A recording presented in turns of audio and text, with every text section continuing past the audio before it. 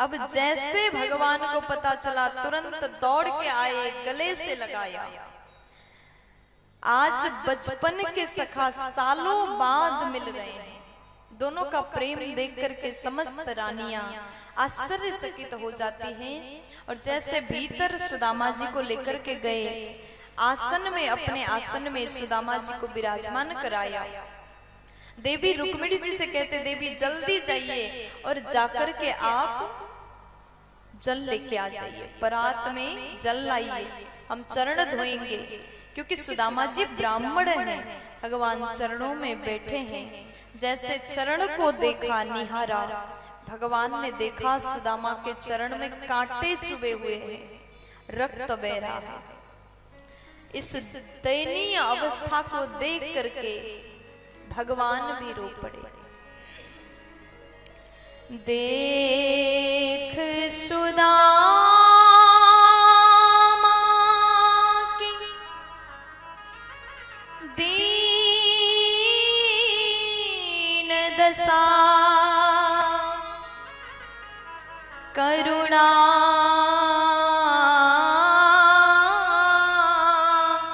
कर करुणा निधि रोए। पानी परात को हाथ छुयो नहीं, नैनन के जल सो पग धोए। नैनन के जल सो पग धोए। आज सुदामा के इस अवस्था को देख करके करुणा निधान रो पड़े। रुक्मिणी जी पानी तो लेके आई, परंतु पानी परात को हाथ छुयो नहीं, नैनन के जल सो पग धोए। नयन नीर से, अश्रु जल से सुदामा का चरण प्रभु ने धोया। उसके बाद भोजन कराया, सुंदर स्वागत सत्कार प्रभु ने किया।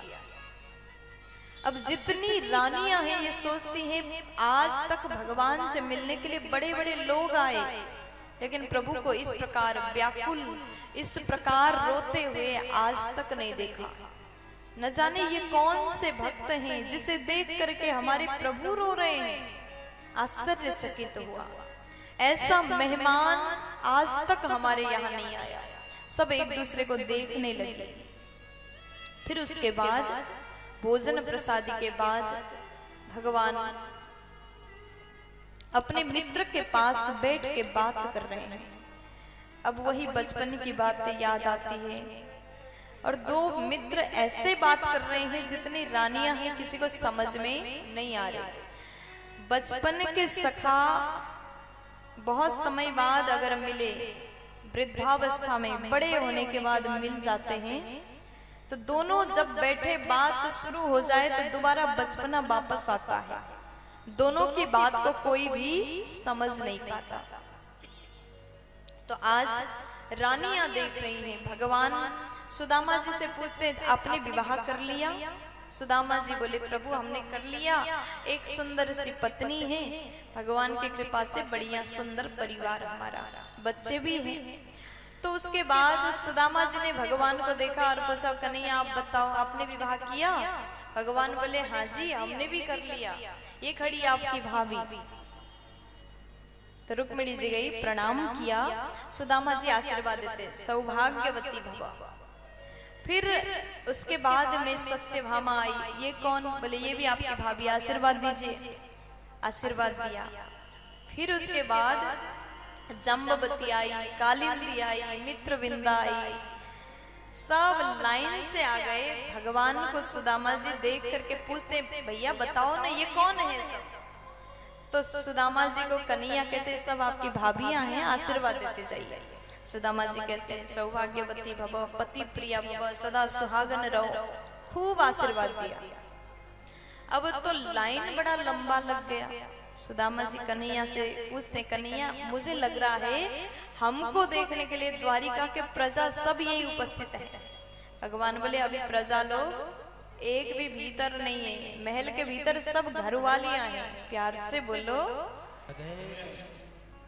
अब तो लाइन लग गया लंबा, 5, 10, 15, 20, 25, 30 आ गई। सुदामा जी ने पूछा कन्हैया ये सब कौन है?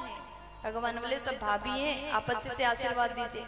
सबने चरण छुआ, सुदामा जी ने आशीर्वाद दिया। तो उसके बाद जैसे 1-2 हजार हो गई तो सुदामा जी हार गए, थक गए, हाथ दुखने लगा। ऐसे करते करते बड़ा दर्द हो रहा है। अब कन्हैया को देखा और कहा कन्हैया सच बता दो कितनी और है? भगवान बोले तो शुरुआत हुआ, आधा ही नहीं हुआ, अभी तो शुरुआत है, आशीर्वाद देते जाइए। सुदामा जी बोले कन्हैया हम थक गए हैं। अब फिर 4-5 हजार और आ गए। तब सुदामा जी बोले कन्हैया अब सच बता दे कितनी और है? तो भगवान बोले 16,108। अब सुदामा जी बोले कन्हैया एक काम करो, तब तक हम हाथ उठाएंगे तो हम उठ नहीं पाएंगे, हम तो बीमारी हो जाएंगे, थके हुए हैं। एक काम करो सबके बदले के आशीर्वाद आप ही ले लो। तो भगवान ने लेट करके साष्टांग दंडवत सुदामा जी के चरण में किया। सुदामा जी ने पूरा आशीर्वाद भगवान को प्रदान किया। बोलिए कृष्ण सुदामा जी महाराज की जय हो। बड़ा सुंदर मित्रता दोस्ती की चर्चा सुखदेव जी ने किया।